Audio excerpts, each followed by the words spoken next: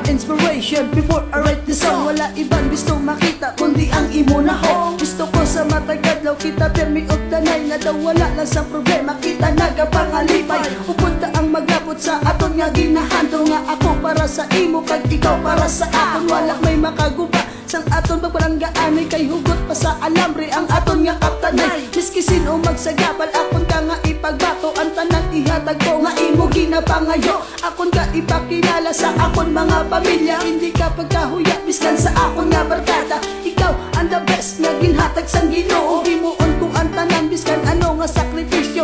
Ikaw ang nagkumpleto sang akon nga kalibutan. Pagpalangga ko sa imo hindi na magwantahan.